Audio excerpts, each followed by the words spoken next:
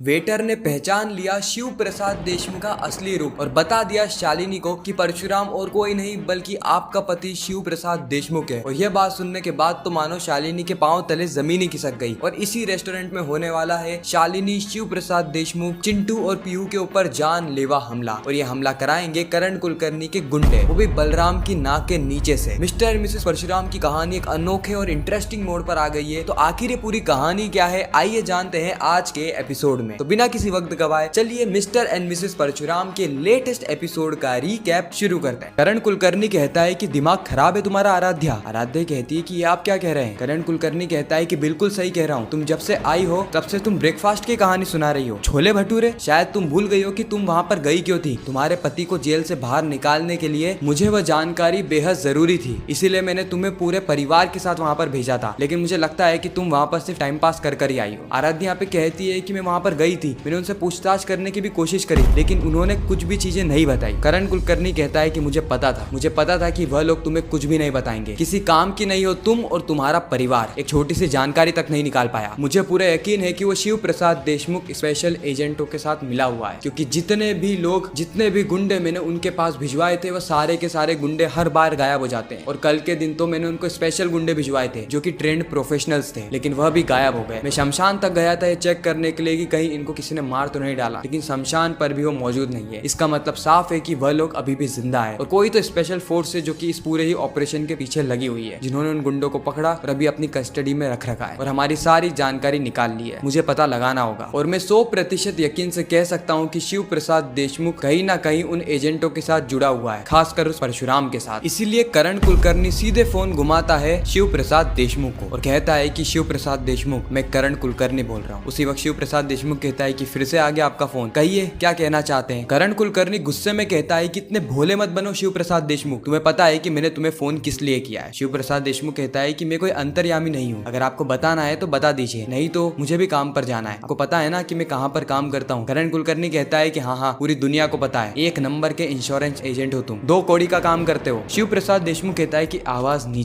नीचे करके बात करिए करण कुलकर्णी जी। करण कुलकर्णी कहता है कि ये सारी बातें छोड़ो, मैंने तुम्हें कॉल किया है ताकि मैं ये पता लगा सकूं कि वह 2 गुंडे कहाँ गए। शिव प्रसाद देशमुख कहता है कि कौन से 2 गुंडे, किसके गुंडे, मुझे क्या पता गुंडों के बारे में, मैं तो एक कॉमन मैन हूँ ना। शिव प्रसाद देशमुख, करण कुलकर्णी कहता है कि पता है तुम्हें, और मुझे भी ये बात पता है कि तुम्हें पता है कि वो गुंडे कहाँ हैं। तुम्हारा स्पेशल ब्रांच से कोई कनेक्शन है ना, सारी चीजें मुझे पता लग चुकी है। ये बातें सुनने के बाद तो परशुराम के पांव तले जमीन खिसक जाती है, लेकिन परशुराम ये बात भी बहुत अच्छे से जानता है कि करण कुलकर्णी को इतनी आसानी से जो जानकारी मिलने से रही, हो सकता है कि ये तुक्का मार रहा हो, हवा में तीर फेंक रहा हो कि कहीं एक तीर लग जाए। इसीलिए परशुराम यानी शिव प्रसाद देशमुख इनकार कर देता है कि वो कोई स्पेशल ब्रांच से नहीं है, लेकिन हाँ, वो करण कुलकर्णी की सारी जानकारी जानता है, यानी किसके साथ उसका उठना बैठना है, उसके ऊपर कितने केसेस लगे हुए हैं। करण कुलकर्णी का बचपन एक रईस परिवार में गुजरा था, लेकिन पढ़ाई में मन ना होने के कारण करण कुलकर्णी पॉलिटिक्स में घुस गया और उसी पॉलिटिक्स का इस्तेमाल करके इसने काले धंधे शुरू किए और उन काले धंधों से काला पैसा कमाया और आज उन्हीं पैसों की इमारतों पर बैठकर गैर कानूनी काम कर रहा है। ये बात सुनकर करण कुलकर्णी को बहुत ज्यादा गुस्सा आता है। करण कुलकर्णी कहता है कि अपना मुंह बंद करो शिव प्रसाद देशमुख, तुम अपनी औकात से ज्यादा की बातें कर रहे हो। ये बात याद रखना कि मैं तुम्हें छोड़ूंगा नहीं, तुम्हें और तुम्हारे पूरे परिवार को यह करण कुलकर्णी छोड़ेगा नहीं। इस वक्त तक शिव प्रसाद देशमुख कहता है कि ठीक है, आपको जो करना है कर लीजिए, बस मुझे परेशान मत कीजिए, क्योंकि मुझे भी मार्केट जाना है, मार्केट से कई सारी चीजें लानी है, जैसे बटाटा वड़ा पाव, क्योंकि मेरी वाइफ शालिनी आज हमारे लिए बहुत स्पेशल खाना बना रही है। अगर आपको खाना है तो आप आ सकते हो। करण कुलकर्णी गुस्से में कॉल को काट देता है, लेकिन हाँ, उसे यह बात तो कंफर्म हो गई है कि इसका कुछ तो कनेक्शन रहा है स्पेशल एजेंट से, तभी तो सारी की सारी जानकारी स्पेशल एजेंट के लोगों तक पहुंच रही है। इस तरफ हम देखते हैं नंदिनी को। नंदिनी के ऊपर पूरा ही परिवार भिड़ जाता है। सभी लोग यहाँ पे नंदिनी को समझाने की कोशिश कर रहे होते हैं कि नंदिनी जो कुछ भी कर रही है गलत कर रही है, लेकिन नंदिनी अपनी बात पे अड़ी रहती है। वो कहती है कि गलत मैंने नहीं बल्कि आराध्या ने किया है। आराध्या को सारी चीजें पता थी कि करण कुलकर्णी का बेटा कबीर कुलकर्णी एक क्रिमिनल है, लेकिन उसके बावजूद भी आराध्या उससे प्यार कर बैठी। चलो प्यार किया तो किया, उसके बाद उससे शादी भी कर ली, ये जानते हुए कि अगले ही दिन, शादी के अगले ही दिन उसके पति को कोर्ट में ले जाया जाएगा और फिर वो जेल से बाहर आएगा या नहीं यह बात भी कंफर्म नहीं है। इतनी बड़ी गलती आराध्या कैसे कर सकती है। आराध्या कोई छोटी बच्ची नहीं है, लेकिन फिर भी उसने सारी चीजें करी। उसने अपनी जिंदगी को गैम्बलिंग बना दिया, इतना बड़ा रिस्क लिया जिसका की रिटर्न आज वो भोग रही है। इसलिए मेरी इसमें कोई भी गलती नहीं है, उल्टा मैं तो कानून की रक्षा कर रही हूँ, मैं अपनी बहन की रक्षा कर रही हूँ। उसके बेटे को किडनैप किया गया उस करण कुलकर्णी के घटिया बेटे कबीर कुलकर्णी के द्वारा। इस वक्त तक मनीष दीक्षित, संकल्प और पूरा ही परिवार ये समझा रहा होता है कि तुम तो पीछे हट सकती हो, तुम तो घर की बड़ी बेटी हो, सबसे बड़ी हो तुम।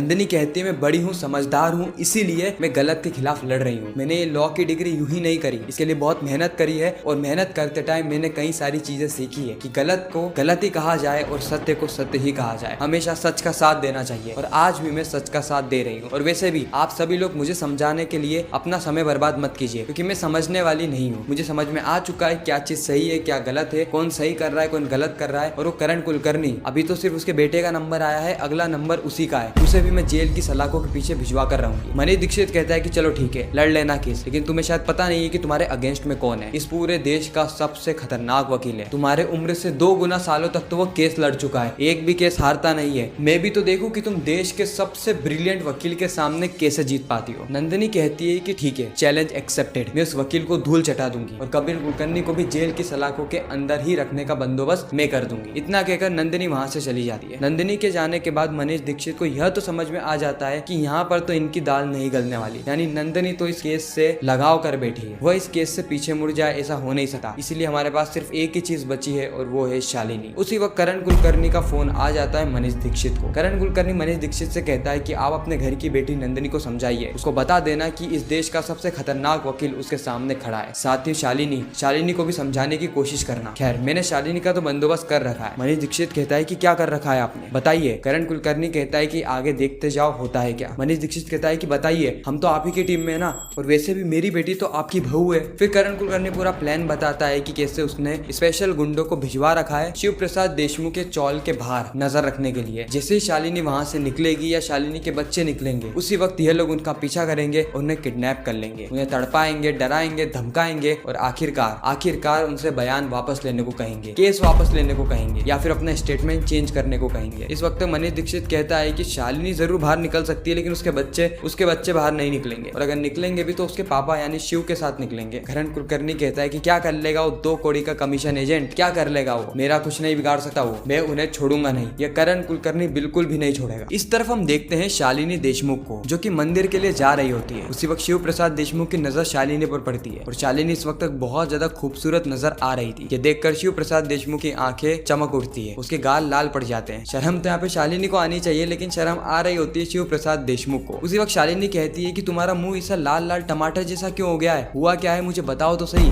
शिव प्रसाद देशमुख उसके बाद शालिनी के लिए तारीफों के फूल बांधना शुरू कर देता है, एक के बाद एक नई तारीफें देने लगता है। ये बात सुनकर अब तो शालिनी को भी शर्म आ चुकी थी, लेकिन शालिनी कहती है कि अब मुझे जाने दीजिए मेरे पतिदेव और मुझे 21 रुपए दीजिए, मुझे मंदिर में चढ़ाने हैं। शिव प्रसाद देशमुख कहता है कि तुम मंदिर क्यों जा रही हो। शालिनी कहती है कि मंदिर मुझे जाना है, हमारे परिवार के सुख और शांति के लिए मैंने मन्नत रखी थी और आज मैं भगवान से एक मन्नत रखने जा रही हूँ, इसलिए तुम मुझे 21 रुपए दो, मुझे 21 रुपए चढ़ाने। उसके बाद शिव प्रसाद देशमुख शालिनी देशमुख को 21 रुपए दे देता है। हालांकि शिव शालिनी से भी पूछ रहा होता है कि मैं भी तुम्हारे साथ चलूं, लेकिन शालिनी साफ इनकार कर देती है। शालिनी कहती है कि ये शालिनी देशमुख है, ये अपना ध्यान खुद रख सकती है, तुम इतने टेंशन मत लो पतिदेव, मुझे कुछ नहीं होगा। इतना कहकर शालिनी घर से निकल जाती है। अब जैसे ही शालिनी निकलती है वैसे ही करण कुलकर्णी के गुंडे एक्टिव हो जाते हैं, अलर्ट हो जाते हैं। वह तुरंत करण कुलकर्णी को कॉल करते और कहते हैं कि शालिनी देशमुख अपने घर से बाहर निकल गई है, अब आगे का क्या ऑर्डर है। करण कुलकर्णी कहता है कि पकड़ लो उसे, किडनैप कर लो उसे, अगर हाथ भी उठाना पड़े ना तो उठा देना, लेकिन हाँ उसे किडनैप कर लो। उसके बाद ये गुंडे सीधे निकल पड़ते हैं शालिनी देशमुख के ऑटो का पीछा करने के लिए। इस तरफ शिव प्रसाद देशमुख बलराम को कॉल करता है और कहता है कि शालिनी अभी घर से निकली है, उसका पीछा करो, क्योंकि मैंने स्टॉल के आसपास कुछ नए चेहरों को देखा है। हाँ नए चेहरों को देखा है, इसका मतलब तो साफ है कि करण कुलकर्णी कुछ नया करने की फिराक में, इसलिए कुछ भी गलत हो उससे पहले बलराम तुम पूरी टीम लेके वहां पर पहुंच जाओ। उसके बाद हम देखते हैं कि बलराम अपनी पूरी टीम लेके शालिनी का पीछा करना शुरू कर देता है। शालिनी जैसे ही मंदिर में उतरती है और वह गुंडे शालिनी पे हमला ही कर रहे होते हैं कि उसी वक्त बलराम और स्पेशल एजेंट आ जाते हैं, जिनको देखकर वह गुंडे वापस से अपनी गाड़ी में बैठ जाते हैं और करण कुलकर्णी को कॉल लगाते हैं। करण कुलकर्णी को बताते हैं कि किस तरीके से स्पेशल एजेंट यहाँ पर आ चुके हैं शालिनी देशमुख की रक्षा के लिए। ये बात सुन के करण कुलकर्णी भी चौंक जाता है, वो समझ जाता है कि जो मेरा शक था वो यकीन में तब्दील हो चुका है, यानी शिव प्रसाद देशमुख इन एजेंटों से जुड़ा हुआ है। नहीं तो यह जानकारी उन एजेंट को लगेगी कैसे कि शालिनी अभी के अभी घर से बाहर गई है और उसकी जान को खतरा है। और इसी के साथ ही खूबसूरत एपिसोड यहीं पे समाप्त हो जाता है। आपको यह रिकेप कैसा लगा कमेंट सेक्शन में जरूर बताना। मैं मिलता हूँ किसी नेक्स्ट इंटरेस्टिंग वीडियो में, जब तक के लिए गुड बाय।